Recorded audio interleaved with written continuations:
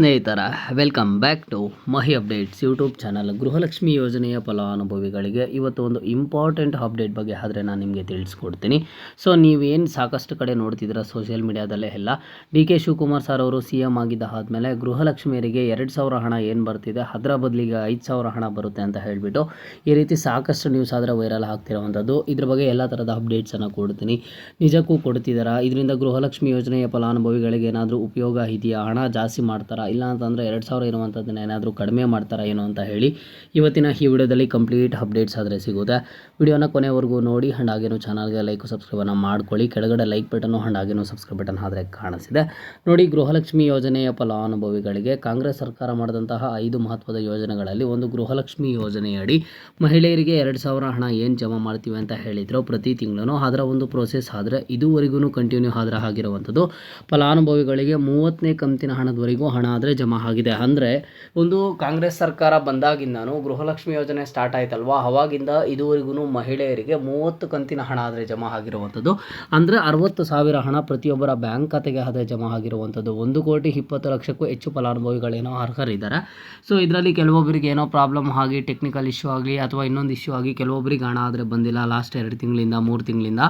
So ಅದನ್ನು ನಾನು ಸಹ ಒಪ್ಕೋತೀನಿ. ಬಟ್ ಏನು ಅಂತ ಅಂದರೆ ಈ ಒಂದು ಪ್ರೋಸೆಸ್ ಆದರೆ ಈ ನಡುವೆ ಏನಾಗ್ತಿದೆ ಅಂತಂದರೆ ಪ್ರತಿ ತಿಂಗಳು ಕರೆಕ್ಟಾಗಿ ಬರ್ತಿದೆ. ನಾವು ಲಾಸ್ಟ್ ಇಯರ್ಗಿಂತ ಈ ವರ್ಷ ನೋಡೋದಾದರೆ 2026ರಲ್ಲಿ ಫೆಬ್ರವರಿ ತಿಂಗಳಲ್ಲಿ, ಮಾರ್ಚ್ ತಿಂಗಳಲ್ಲಿ, ಏಪ್ರಿಲ್ ತಿಂಗಳಲ್ಲಿ ಆ್ಯಂಡ್ ಹಾಗೇನು ಸಹ ಮೇ ತಿಂಗಳಲ್ಲಿ ಬಂದುಬಿಟ್ಟು ಸ್ವಲ್ಪ ಡಿಲೇ ಆಗಿದೆ ಅಷ್ಟೇ. ಬಿಟ್ಟರೆ ಉಳಿದಿರುವಂಥ ಎಲ್ಲ ತಿಂಗಳಲ್ಲಿ ಕರೆಕ್ಟಾಗಿ 2,000 ಹಣ ಆದರೆ ಜಮಾ ಮಾಡ್ತಿದ್ರು. ಫಲಾನುಭವಿಗಳಿಗೂ ಒಂದು ಖುಷಿ ಆದರೆ ಇತ್ತು. ಇಲ್ಲಿ ಗೃಹಲಕ್ಷ್ಮಿ ಯೋಜನೆಯ ಫಲಾನುಭವಿಗಳು ಮಹಿಳೆಯರು ಎಲ್ಲರೂ ಏನು ಹೇಳ್ತಾರೆ ಅಂತ ಅಂದರೆ ನಮಗೆ ಕರೆಕ್ಟಾಗಿ ಪ್ರತಿ ತಿಂಗಳು 2,000 ಹಣ ಕರೆಕ್ಟಾಗಿ ಜಮಾ ಮಾಡಿದ್ರೆ ಸಾಕು. ಯಾಕಂತ ಅಂದರೆ ನಾವು ಮಕ್ಕಳ ವಿದ್ಯಾಭ್ಯಾಸಕ್ಕಾಗೋ, ಇಲ್ಲ ಅಂತಂದರೆ ನಮ್ಮ ಒಂದು ಮೆಡಿಕಲ್ ಖರ್ಚಿಗೋ, ಇಲ್ಲ ಅಂತಂದರೆ ಬೇರೆ ಯಾವುದೋ ಒಂದು ಖರ್ಚಿಗೆ ನಾವು ಒಂದು ಕಮಿಟ್ಮೆಂಟನ್ನು ಇಟ್ಕೊಂಡಿದ್ದೇವೆ.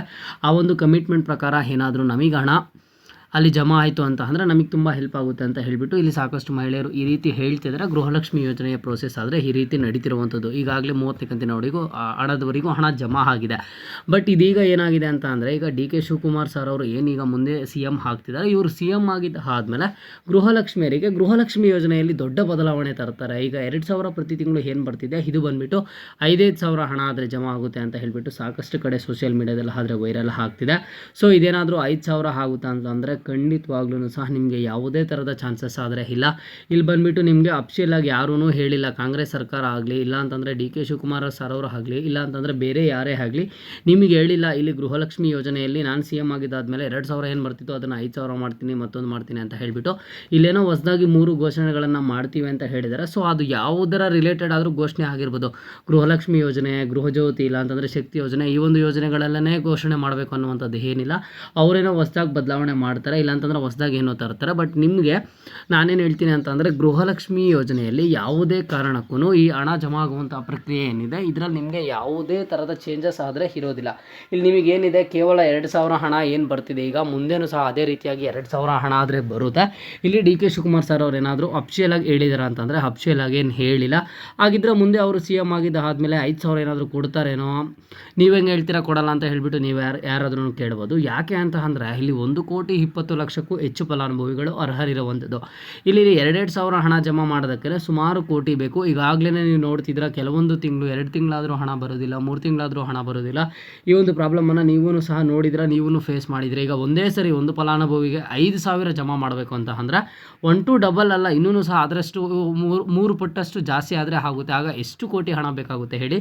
ಸೊ ಹಾಗಾಗಿ ನಾನು ಹೇಳ್ತಿದ್ದೀನಿ ಗೃಹಲಕ್ಷ್ಮಿ ಯೋಜನೆಯ ಫಲಾನುಭವಿಗಳು ಯಾರೂ ಸಹ ಡಿ ಕೆ ಶಿವಕುಮಾರ್ ಅವರು ಸಿ ಎಮ್ ಆಗಿದ್ದ ಆದಮೇಲೆ 5,000 ಹಣ ಜಮಾ ಆಗುತ್ತೆ ಅಂತ ಹೇಳಿಬಿಟ್ಟು ಅನ್ಕೊಳ್ಳೋದಕ್ಕೆ ಹೋಗಬೇಡಿ. ಇದರಲ್ಲಿ ಕಾಂಗ್ರೆಸ್ ಸರ್ಕಾರದಾಗಲಿ, ಇಲ್ಲ ಅಂತಂದರೆ ಡಿ ಕೆ ಶಿವಕುಮಾರ್ ಸರ್ ಅವ್ರದ್ದಾಗಲಿ ಯಾರ್ದೂ ತಪ್ಪಿಲ್ಲ. ಯಾಕಂತ ಅಂದರೆ ಯಾರೂ ಹೇಳಿಲ್ಲ ನಾವು 5,000 ಹಣ ಜಮಾ ಮಾಡ್ತೀವಿ ಅಂತ ಹೇಳಿಬಿಟ್ಟು.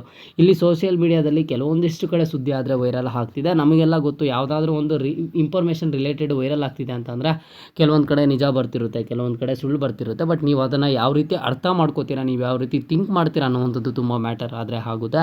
ಇಲ್ಲಿ ಗೃಹಲಕ್ಷ್ಮಿ ಯೋಜನೆಯ ಫಲಾನುಭವಿಗಳಿಗೆ ಡಿ ಕೆ ಶಿವಕುಮಾರ್ ಸರ್ ಅವರು ಸಿ ಎಮ್ ಆಗಿದ್ದ ಆದಮೇಲೆನೂ ಗೃಹಲಕ್ಷ್ಮಿ ಯೋಜನೆ ಈಗ ಯಾವ ರೀತಿ ನಡೀತಿದೆ ಅದೇ ರೀತಿ ನಡೆಯುತ್ತೆ. ಕೇವಲ ಪ್ರತಿ ತಿಂಗಳು 2,000 ಹಣ ಜಮಾ ಮಾಡ್ತಾ ಹೋಗ್ತಾರೆ. ಇಲ್ಲಿ ನಿಮಗೆ 5,000 ಹಣ ಆದರೆ ಜಮಾ ಮಾಡೋದಕ್ಕೆ ಆದರೆ ಆಗೋದಿಲ್ಲ. ಓಕೆನಾ? ಸೊ ಈಗ ಡಿ ಕೆ ಶಿವಕುಮಾರ್ ಸರ್ ಅವರು ಸಿ ಎಮ್ ಆಗ್ತಿರುವಂಥದ್ದು ನಿಮಗೆ ಎಷ್ಟು ಖುಷಿ ಇದೆ? ಗೃಹಲಕ್ಷ್ಮಿ ಯೋಜನೆಯಲ್ಲಿ ಏನಾದರೂ ಬದಲಾವಣೆ ತರಬೇಕಾ? ಇಲ್ಲ ಅಂತಂದರೆ ನಿಮಗೆ ಕರೆಕ್ಟಾಗಿ ಪ್ರತಿ ತಿಂಗಳು 2,000 ಹಣ ಕೊಟ್ಟರೆ ಸಾಕು, ಯಾವುದೇ ಥರದ ಬದಲಾವಣೆ ಬೇಡ ಅಂತ ನೀವು ಅಂದ್ಕೊಂಡಿದ್ದೀರಾ ಅಂತ ಹೇಳಿ ಪ್ರತಿಯೊಬ್ಬರು ಕಮೆಂಟನ್ನು ಮಾಡಿ. ಇದು ಇವತ್ತಿನ ಗೃಹಲಕ್ಷ್ಮಿ ಯೋಜನೆಯ ಅಪ್ಡೇಟ್ ಆಗಿತ್ತು. ಮುಂದೆ ಎಲ್ಲ ರೀತಿಯ ಹೆಚ್ಚಿನ ಅಪ್ಡೇಟ್ಸ್ ಜೊತೆಗೆ ಸಿಗ್ತಾ ಇರೋಣ. ಅಲ್ಲಿಯ ತನಕ take care and keep watching my updates for more updates.